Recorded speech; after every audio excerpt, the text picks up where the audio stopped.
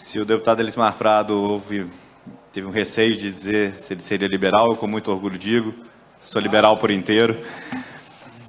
Essa audiência tem sido muito produtiva porque está nos dando a oportunidade de avaliar um problema complexo do Estado, com um olhar do que seria o desejável, do que seria o rumo para o qual a gente deve seguir, mas também com a oportunidade de ver o que é a situação concreta da presente data, o olhar voltado para a realidade e o pé no chão.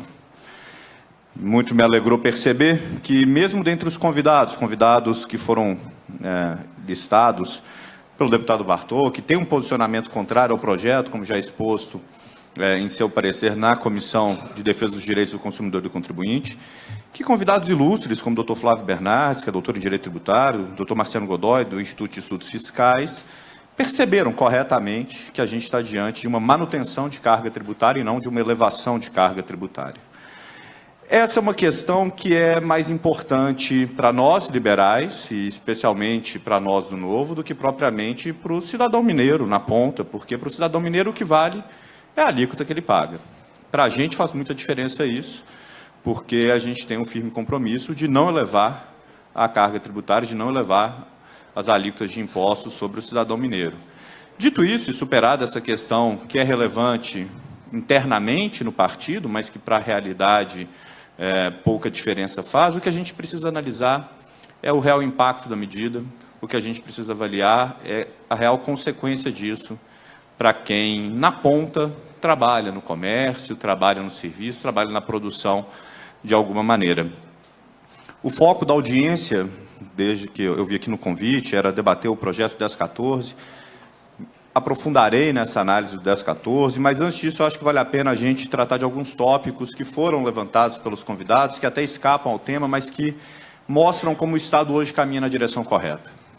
Foi levantado até com bastante dados, de uma maneira muito ilustrativa pelo Dr. Fernando Barros, toda a questão dos regimes de tributação especial e de que maneira esses regimes poderiam gerar uma distorção no cenário macroeconômico e na competição em Minas Gerais.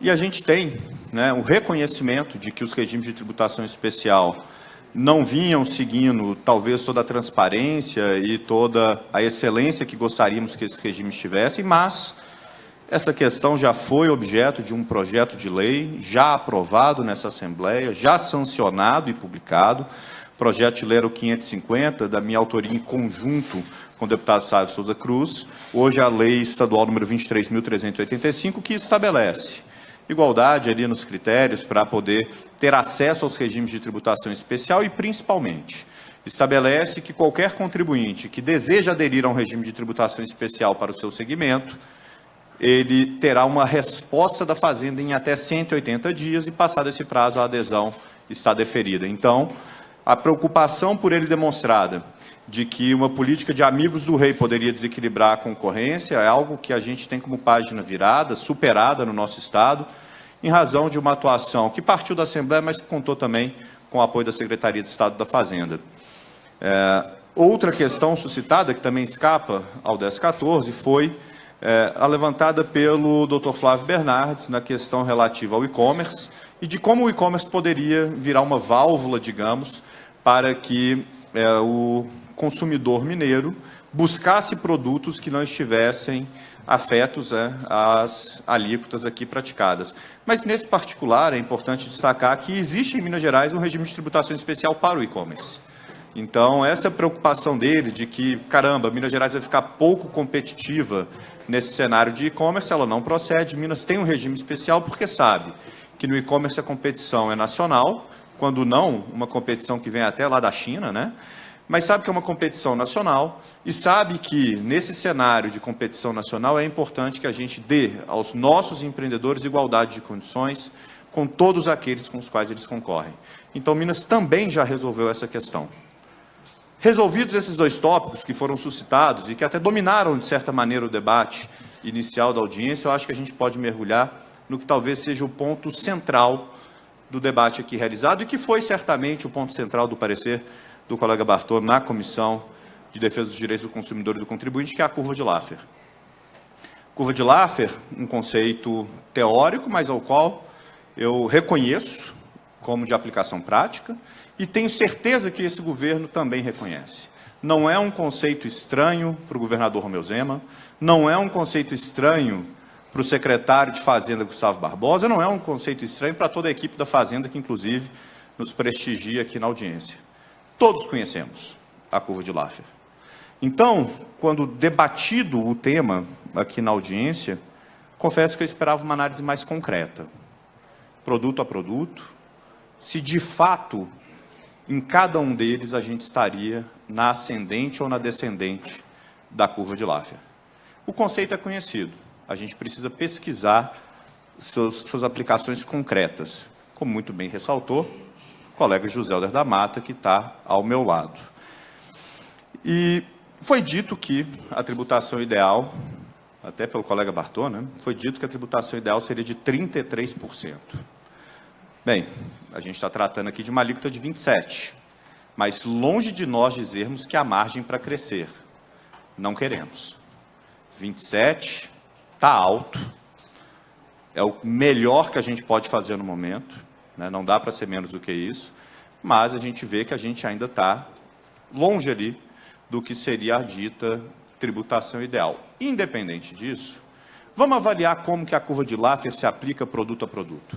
Vamos avaliar na cadeia como que cada um aqui foi atingido por isso. Dois conceitos muito importantes, que é necessário enfatizarmos quando tratamos de um conceito teórico, como a curva de Laffer aplicado à realidade. Elasticidade de demanda.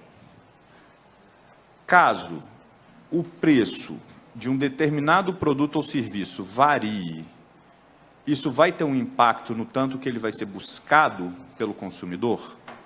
A resposta intuitiva é de que sim, mas muitas vezes a realidade se mostra diferente. Querem um exemplo? Crise dos combustíveis. A gente teve a greve dos caminhoneiros, a gente teve o preço da gasolina às vezes batendo R$10 na bomba em alguns postos aqui da região metropolitana, e a gente teve filas intermináveis de carros querendo encher o tanque a R$10 o litro, mostrando que não havia ali uma elasticidade de demanda. Longe da gente, é importante que se diga, queremos explorar essa inelasticidade da demanda em prol da arrecadação. Mas ela serve, é um conceito que serve para demonstrar que essa aplicação prática da curva de Laffer vai muito além do que aquele gráfico bonitinho dos livros nos demonstra. Segundo conceito é a existência do chamado plano B, ou seja, caso esse consumidor ele não encontre o produto no preço desejado no mercado aqui em Belo Horizonte, o cigarro, a bebida, a arma, o perfume, de onde ele vai comprar? Se ele tiver um plano B, se ele tiver um outro local no qual ele possa comprar, a gente pode ter uma migração da demanda. Mas isso também não se aplica. E não se aplica por uma razão muito óbvia, porque 20 dos 26 estados praticam o adicional de 2% do Fundo de Erradicação da Miséria. Todos os nossos estados circunvizinhos. Não se aplica porque a nossa alíquota de serviço de telecomunicação, ela é inferior à de 19 estados no Brasil. Ela é superior a apenas 6. Nenhum deles um concorrente concreto no serviço de telecomunicação que nos é prestado, e isso fica evidente na fala do colega Paulo Honório, que demonstra que a prestação dos serviços de telecomunicação em Minas Gerais é pulverizada numa infinidade de pequenos empreendimentos, 480 pequenos empreendimentos que estão submetidos a essas alíquotas de ICMS, e que a participação desses empreendimentos cresceu nos últimos anos em fatia de mercado, e que ela chega a dominar mais de 60% dos mercados locais nas cidades de interior em que atuam. Isso demonstra para a gente que, na prática, o efeito concreto é de que a gente não está diante da descendente da curva de Laffer, que a gente não está diante de um cenário de perda de arrecadação. E isso nos joga, então, para a questão. Se, não apenas em perda de arrecadação, se as alíquotas atuais são inibidoras de crescimento. E aqui eu gosto de destacar a fala do colega Aguinaldo. Ele destacou que é necessário que a gente cresça a arrecadação, que a gente cresça a economia para que a gente possa superar a crise, e eu concordo. Tanto que sou criador, coordenador geral da Frente Parlamentar pela Desburocratização, que busca justamente estimular o crescimento, especialmente dos pequenos negócios em Minas Gerais. Mas quando a gente olha para a realidade, doutor Aguinaldo, o que a gente percebe é que com essas alíquotas, Com essas condições, Minas Gerais está se destacando no cenário nacional, seja em crescimento de renda, seja no crescimento de empregos. Apenas em lojas, comércio, esse setor mais atingido pelas alíquotas sobre as quais estamos aqui discutindo. Foram 524 novas lojas instaladas no nosso estado apenas até o mês de setembro. No mesmo período, a Bahia perdeu 260 lojas. E não é que as lojas de lá migraram para cá. Em geral, são aberturas de negócios locais. E o que isso significou para o cidadão mineiro? Bem, 524 novas opções de consumo, que vão competir entre si com preços mais baixos ou melhores serviços. Mas, principalmente, isso significou a geração de 79% dos 111 mil novos empregos criados aqui no estado apenas no ano de 2019. Minas está no rumo certo do crescimento. A duras penas, tendo que exigir muita criatividade, mas ainda assim no rumo certo. E eu tenho certeza que desses 17 trilhões de dólares que o senhor mencionou, que existem hoje disponíveis no globo, no mundo, a juros negativos, loucos para encontrar um local onde investir, Minas, com o tempo, vai virar um porto seguro para todos eles. Quando? Quando a gente tiver reconhecido um grau de investimento. Esse é o principal fator. Porque não adianta apenas a gente marretar uma alíquota para baixo, se no instante seguinte o nosso Estado está com as contas desequilibradas, deixando de pagar fornecedores. E se a gente tem hoje 17 trilhões de dólares com juros negativos, a gente tem em Minas uma situação diferente. A gente tem em Minas uma dívida de 100 bilhões de dólares, 100 bilhões de reais, com a União Federal. 30 bilhões com fornecedores. E esses fornecedores, em larga medida, são associados seus. São comerciantes, são prestadores de serviços que confiaram na palavra do Estado de que um determinado contrato ia ser honrado e se viram diante de um cheque sem fundo. O quanto que isso não é muito mais prejudicial para a nossa atividade econômica, a ausência de confiabilidade no Estado, do que um adicional de 2% de alíquota sobre produtos considerados supérfluos. E, ainda assim, temos 13 bilhões de reais de déficit anual, mais de 1 bilhão por mês. Se tem 17 trilhões de dólares no mundo com juros negativos, Minas vive hoje uma situação de 8 bilhões de reais anuais de pagamento de serviço de dívida. E nesse contexto de rombo orçamentário e de 8 bi de serviço de dívida, 30 bi de calote em fornecedores, é que fica importante a gente perceber. 850 milhões de reais de arrecadação. São indispensáveis para que a gente possa recuperar a confiabilidade do Estado perante seus fornecedores, para que as pessoas topem contratar com o Estado e retirem do preço da licitação o adicional do calote, que é, de certa maneira, um seguro contra o risco de inadimplência por parte do Estado, estimado em 30% do valor de cada contratação. É fundamental para que a gente mantenha serviços essenciais funcionando, dentre os quais o de segurança pública, sem o qual a atividade de comércio basicamente para. A gente viu o que aconteceu no Espírito Santo durante a greve das polícias. Não apenas a atividade comercial parou, mas lojas foram saqueadas. É essencial essa arrecadação para que a gente não faça simplesmente a troca de um pagamento presente por um pagamento futuro, porque essa perda de arrecadação vai virar dívida, e essa dívida vai virar cobrança. Cobrança com juros, com multa, com encargos. A gente vai fazer uma pequena economia hoje, vamos sorrir, vamos até gastar, amanhã isso vai bater a nossa porta de maneira muito mais severa. E aqui eu gostaria de finalizar, presidente, tratando de uma questão muito importante, que foi suscitada pelo colega Flávio Bernardes, de que é preciso quebrar a mentalidade de sempre buscar o bolso do cidadão quando a conta aperta. É um pouco a mentalidade constando ali do seu parecer, e é um bocado do que eu lhe escuto dizer, e é importante isso, concordo integralmente. Mas me parece, e todas as ações desse governo demonstram, que em Minas esse ciclo já foi quebrado.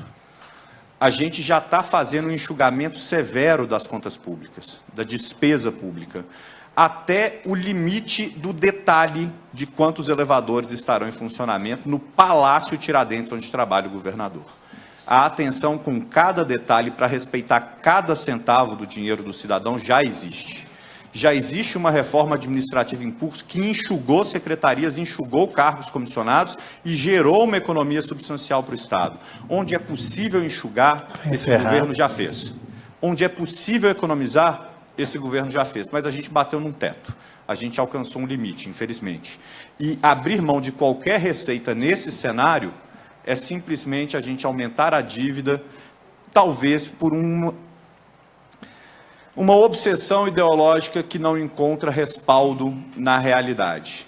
Porque a realidade do nosso Estado é dura. A realidade do nosso Estado demandará ajustes mais severos do que simplesmente a manutenção de uma alíquota atualmente exercida em telecomunicações e produtos supérfluos. A realidade do nosso Estado demandará, e eu espero poder contar com o apoio do colega André Quintão, com o apoio do colega Virgílio Guimarães, e sei que certamente posso contar com o apoio do colega Bartô, a adesão ao regime de recuperação fiscal e a medidas importantíssimas para que a gente tire Minas Gerais do buraco, recupere o crescimento, dê dignidade, emprego, renda e bons serviços públicos para os nossos cidadãos. Esse é o foco do governo, esse é o foco dessa equipe que está aqui, esse certamente é também o foco do projeto de lei 1014, que é a hora de debatermos. Muito obrigado.